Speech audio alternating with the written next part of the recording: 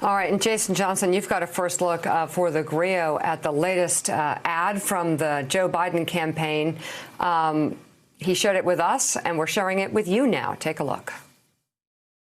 Why in this nation do Black Americans wake up knowing that they could lose their life in the course of just living their life? Part of the point of freedom is to be free from brutality, from injustice, from racism, and all of its manifestations. We have to let people know that we not only understand their struggle, but they understand the fact they deserve to be treated with dignity. They've got to know we're listening. Reforming policing in this country means creating a national standard on use of force and conditioning federal funds for police departments on adoption of that standard. It's about reining in qualified immunity. We hold police officers accountable. We can't turn away.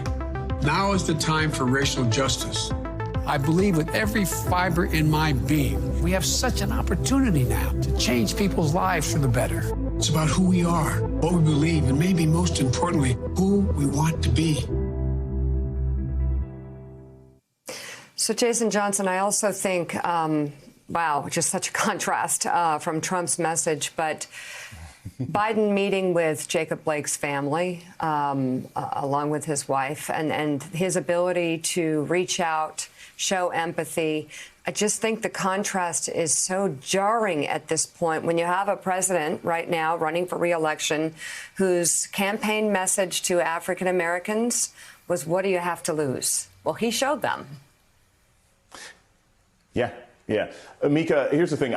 I'm not usually impressed with a lot of campaign ads, but I like this. I thought this was very good. This was a very effective ad for the Biden campaign, and for a couple simple reasons. Number one, he's targeting African-American voters. As we debate back and forth about how white voters feel and whether they can be moved one way or another, the reason Joe Biden is the nominee is because of black voters. And so running an ad that shows empathy to the concerns and needs of black people is important. The next thing is it actually has policy. I mean, the ad is called We're Listening, but we also want to know what you're doing. And when they talk about, hey, we're not going to keep throwing money at dirty police departments. We're going to do something about qualified immunity so cops can't keep hiding behind different kinds of shields. That's the kind of policy that African-American and African-American voters need to hear, that progressive black voters need to hear. And the visuals themselves are amazing because, look, that 25 million people that marched during Black Lives Matter, those people who are marching outside of Target right now, those churches that have Black Lives Matter in the window, they also care about their black neighbors and relatives. And so I think from an imagery standpoint and a policy standpoint, this is probably one of the best ads I've seen Biden and Harris put out there. They're not the cops. They're not the crime bill from 25 years ago. This is where they are today in 2020, and this commercial shows that. You know, Claire McCaskill, we have been known over the past 12, 13 years to be very tough on ads and communication from political candidates.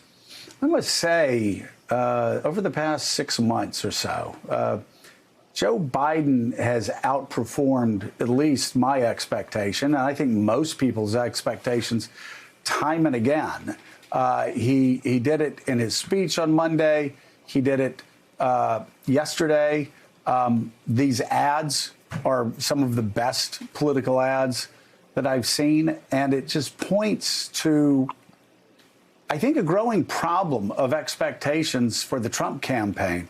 They're moving towards the debate, continuing to say that this guy's out of his mind, that he's old, that he's sleepy, that he's not there anymore.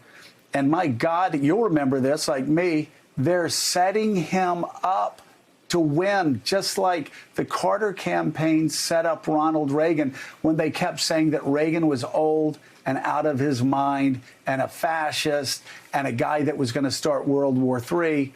And the expectations were set so low for Reagan that by the end of the night, it wasn't a close call. Reagan won the expectations game.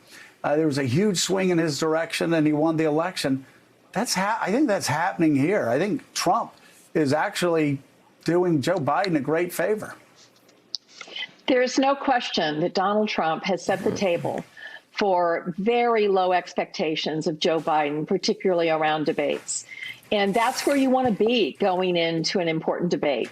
You want everyone to assume that it's not going to go well. And that's what Joe Biden, frankly, Donald Trump has spent more time lowering expectations about Joe Biden than he's spent on a consistent message. And compare and contrast that to the Biden campaign.